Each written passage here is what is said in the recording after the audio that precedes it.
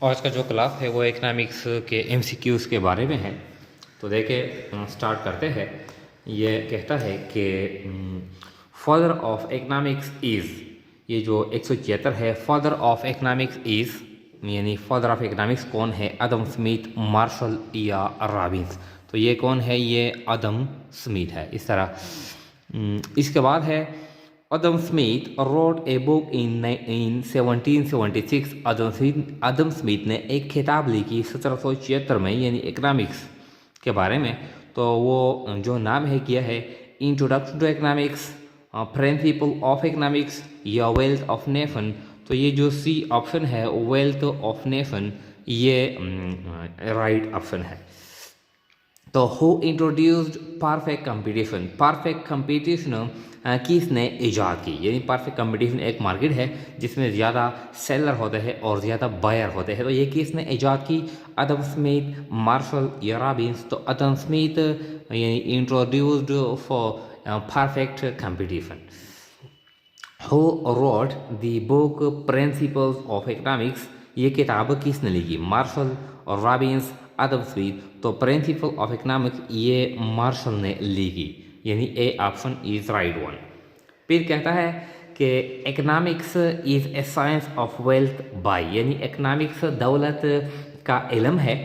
ये किसने बताया है, किसने कहा है, ये डिफिनीशन किसने की है? अदम स्मिथ और रॉबिन्स या मार्शल। तो economic is science of wealth by Adam Smith. फिर कहता है यानी 181, economics is a science of material welfare. Economics material welfare का साइंस है। तो ये किसने कहा है? आदम स्मिथ और रॉबिन या मार्शल। तो ये मार्शल ने कहा है। तो यानी C option is right one. Economics is a science of scarcity. Economics scarcity का क्या है? वो यानी साइंस है। तो ये किसने बताया है? ये डिफिनीशन किसने बताया है? तो ये मार्शल है, अदम स्मिथ है या रॉबिन है। तो स्कार्सिटी यानी resources are limited and wants are unlimited, ये जो डिफिनेशन है तो ये रॉबिन्स ने बताया है। Robin, C option is right one. 183, law of diminishing marginal utility introduce by. ये जो law of diminishing marginal utility है ये एक लॉ है यानी इकनॉमिक्स में कि जब हम किसी चीज़ की जो यूनिट होते हैं वो हम बार बार यानी कंसेक्टिवली इस्तेमाल करते हैं। So from the every next unit the utility is diminishing. तो ये एक लॉ है। ये किसने यानी इंट्रोड्यूस किया है? चाइना इकोनॉमिस्ट और रशिया इकोनॉमिस्ट या जर्मन इकोनॉमिस्ट। तो ये जर्मन इकोनॉमिस्ट ये इसने ईजाद की है। 184, law of return introduce by. ये जो लॉ ऑफ रिटर्न है एक कानून है कि फॉर एग्जाम्पल के शॉर्ट रन में अगर हमारे पास यानी दो फैक्टर हो और एक फिक्स फैक्टर हो एक वेरिएबल फैक्टर हो, तो अगर हम वेरिएबल फैक्टर को इंक्रीज करें और फिक्स इस तरह कांस्टेंट हो तो एक स्टेज आएगा कि हाँ हमारा जो प्रोडक्शन है वो ज़्यादा होगा यानी एट दी इंक्रीजिंग रेट, फिर कांस्टेंट होगा, फिर डिमिनिशिंग रेट पे यानी प्रोडक्शन बढ़ेगा। तो इस लॉ को कहते हैं लॉ ऑफ रिटर्न या लॉ ऑफ वेरिएबल प्रोपोर्शन। तो ये जो लॉ ऑफ रिटर्न है ये किसने ईजाद की है? अदम स्मिथ, मार्शल या रॉबिन। तो ये रॉबिन ने ईजाद की है। 185, consumer surplus introduce by. Consumer जो सरप्लस है ये इंट्रोड्यूस है, ये किसने ईजाद की है? अदम स्मिथ है, मार्शल है या रॉबिन है? तो ये मार्शल ने ईजाद की है। कंज्यूमर सरप्लस का मतलब ये है कि फॉर एग्जाम्पल कंज्यूमर है जब वो मार्केट जाता है तो वो किसी चीज़ को देखता है तो वो दिल में सोचता है कि फॉर एग्जाम्पल एप्पल है तो मैं यानी कंज्यूमर सोचता है कि मैं एप्पल को खरीदने के लिए यानी एक यानी केजी का जो प्राइस है वो 100 रुपये अगर हो तो मैं तैयार हूँ, यानी 100 रुपये यानी मेरे लिए सूटेबल है। अब अगर एक्चुअल प्राइस मार्केट प्राइस इससे कम हो यानी 80, दुकानदार 80 लेता है लेकिन वो तैयार था 100 के लिए, तो ये जो दरमियान में जो डिफरेंस है यानी 20 रुपीज़, इसको कहते हैं कंज्यूमर सरप्लस। यानी the difference between the amount of the consumer which he is willing to pay for the commodity and he actually pays for the commodity, so this difference is known as the consumer surplus. तो ये किसने इजाद किया है? Adam Smith, martial ने या robin ने?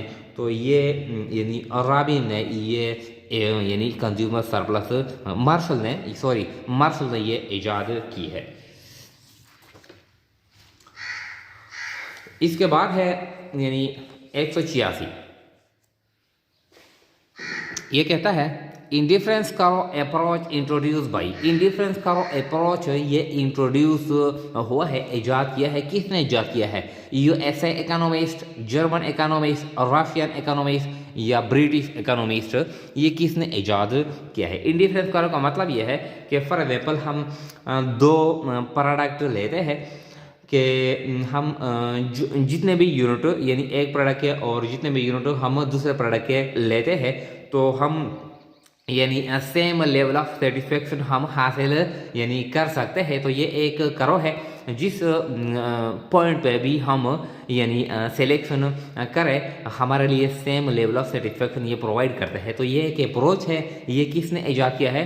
तो ये रशियन इकोनॉमिस्ट यानी जो इसका जो नेम है स्लट्सकी, इस तरह नेम है स्लट्सकी, ये रशियन इकोनॉमिस्ट था। ये 1915 में 1915 में उसने इजाद किया था ये इंडिफरेंस करो अप्रोच।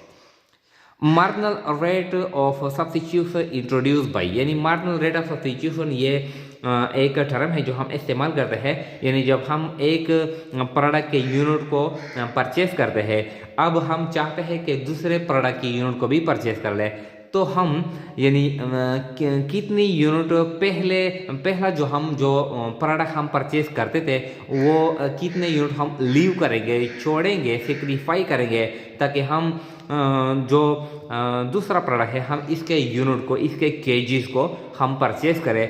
तो ये रेशो शो करता है 2:1 है, 3:1 है, 4:1 है। तो इस रेट को कहते हैं मार्जिनल रेट ऑफ सब्स्टिट्यूशन, यानी द रेट या the ratio at which the unit of one product is sacrificed to achieve to purchase the unit of the other product is called marginal rate of substitution। तो ये किसने इजाद किया था? Martial, Robins या Elon and Hicks. तो ये Elon and Hicks ने ये जो अप्रोच है मार्जिनल रेट ऑफ सब्स्टिट्यूशन यानी MRS भी हम इसको कह सकते हैं, ये एलन एंड हिक्स ने इजाद किया। फिर कहता है 188, law of equi marginal utility also called, law of equi marginal utility को हम कहते हैं यानी इसका जो दूसरा नाम है इंडिफरेंस करो लॉ, सब्स्टिट्यूशन लॉ, ये बोथ। तो law of equi marginal utility इसका जो दूसरा नाम है वो यानी इंडिफरेंस करो भी है और सब्स्टिट्यूशन भी है, दोनों है। तो ये बोथ, ये C option is right one.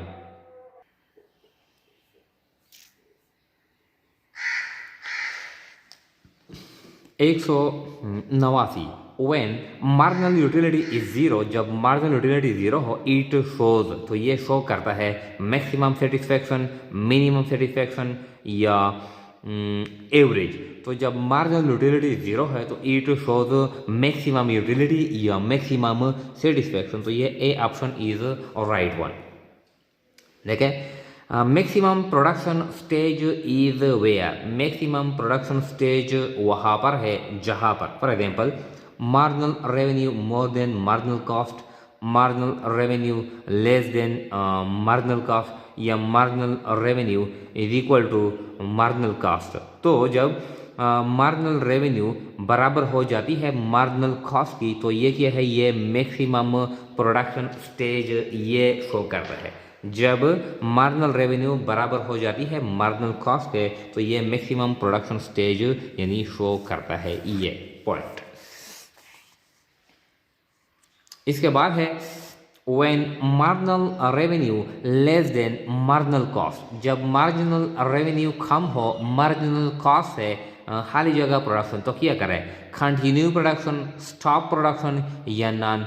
तो जब मार्जिनल रेवेन्यू यानी कि हो कम हो मार्जिनल कॉस्ट से, तो ये स्टॉप प्रोडक्शन, तो क्योंकि यहाँ पर क्या है? ये लॉसेस है, तो avoid from further losses, stop production. Super profit is where, super profit यानी है वहाँ पर जो average revenue is equal to average cost, जहाँ पर यानी एवरेज रेवेन्यू एवरेज कॉस्ट के बराबर हो।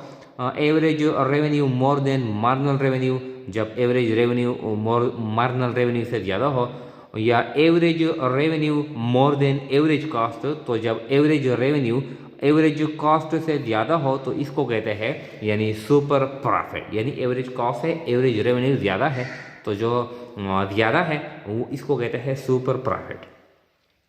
Normal profit is where, normal profit वहाँ पर है जो वेयर जहाँ पर average revenue more than average cost, average revenue less than average cost, या average revenue is equal to average cost. तो एवरेज रेवेन्यू जब बराबर हो जाती है एवरेज कॉस्ट के तो ये क्या है, ये नॉर्मल प्रॉफिट है। जब एवरेज रेवेन्यू एवरेज कॉस्ट के बराबर हो ये नॉर्मल प्रॉफिट है। जब average revenue more than average cost हो तो ये सुपर प्रॉफिट है। फिर कहता है जीएनपी यानी ग्रॉस नेशनल प्रोडक्ट, जो इसका जो फार्मूला है C+I+G+X-M, ये फार्मूला है, यानी consumption plus investment plus government expenditure plus export minus import, ये फार्मूला है। या C+I+G वो NX, ये फार्मूला है, यानी consumption investment government expenditure. NX का मतलब है net export, net export. CA&B, तो ये दोनों फार्मूले हैं। यहाँ पर X माइनस M से, जब X से हम M माइनस करते हैं तो हम हासिल करते हैं NX यानी नेट एक्सपोर्ट। तो ये C option is right one.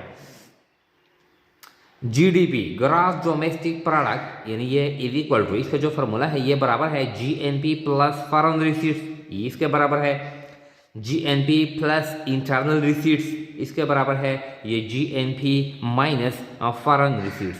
तो GNPA से जब हम फॉरेन रिसीट्स माइनस करते हैं तो इस जो बकाया अमाउंट रहता है इसको कहते हैं ग्रॉस डोमेस्टिक प्रोडक्ट। यानी एक साल के दौरान एक मुल्क के यानी इकोनॉमी में इंटरनली डोमेस्टिकली जो हम गुड्स या सर्विस जो प्रोडक्शन करते हैं इसकी वैल्यू को कहते हैं ग्रॉस डोमेस्टिक प्रोडक्ट। इसमें फॉरेन रिसीट्स शामिल नहीं होते, GNP में शामिल होते हैं। तो जब हम GNP से फॉरेन रिसीट्स माइनस करते हैं तो जो बकाया अमाउंट रहता है इसको कहते हैं GDP। तो ये जो C ऑप्शन है ये राइट वन है। इसके बाद है यानी 196 क्या कहता है, NNP is equal to, NNP का जो फार्मूला है वो है GNP plus depreciation, GDP minus depreciation, GNP minus depreciation. तो नेट नेशनल प्रोडक्ट, NNP का मतलब है नेट नेशनल प्रोडक्ट। जब हम GNP से डिप्रिसिएशन माइनस करते हैं तो इसको कहते हैं NNP। तो ये जो C ऑप्शन है ये राइट वन है। GNP इज दी खाली जगह इकोनॉमिक टॉपिक, यानी जो GNP है ग्रॉस नेशनल प्रोडक्ट, ये यानी कौन से इकोनॉमिक का टॉपिक है, माइक्रो इकोनॉमिक्स, मैक्रो इकोनॉमिक्स या नॉन।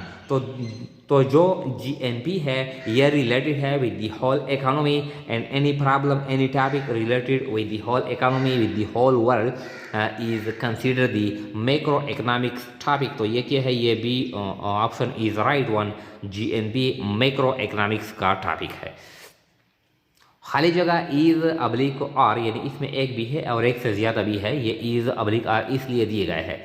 इज और दी मैक्रो इकोनॉमिक्स टॉपिक्स, ये कौन से मैक्रो इकोनॉमिक्स पे टॉपिक है। GDP ये भी मैक्रो इकोनॉमिक्स का टॉपिक है, इंटरेस्ट रेट ये भी है, इन्फ्लेशन ये भी है। तो ये ऑल ऑफ दी एबव यानी ये सारे मैक्रो इकोनॉमिक्स के टॉपिक है। 199 और all the macro economics topic except, ये जो सारे हैं जो नीचे ये मैक्रो इकोनॉमिक के टॉपिक है मास सेवा, यानी इसमें से एक नहीं है। वो जो एक नहीं है वो कौन सा है, अनएम्प्लॉयमेंट, तो ये मैक्रो इकोनॉमिक का टॉपिक है। पॉवर्टी ये भी मैक्रो इकोनॉमिक का टॉपिक है। जीडीपी ये भी मैक्रो इकोनॉमिक का टॉपिक है। प्रॉफिट ऑफ यूफोन इन 2023। तो जब हम एक मार्केट के बारे में या हम एक फार्म के बारे में बात करते हैं, इंडिविजुअल चीज़ के बारे में हम बात करते हैं, तो ये इसको कहते हैं माइक्रो इकोनॉमिक्स। तो ये जो प्रॉफिट ऑफ यूफोन इन 2023 ये क्या है, ये माइक्रो इकोनॉमिक्स का टॉपिक है।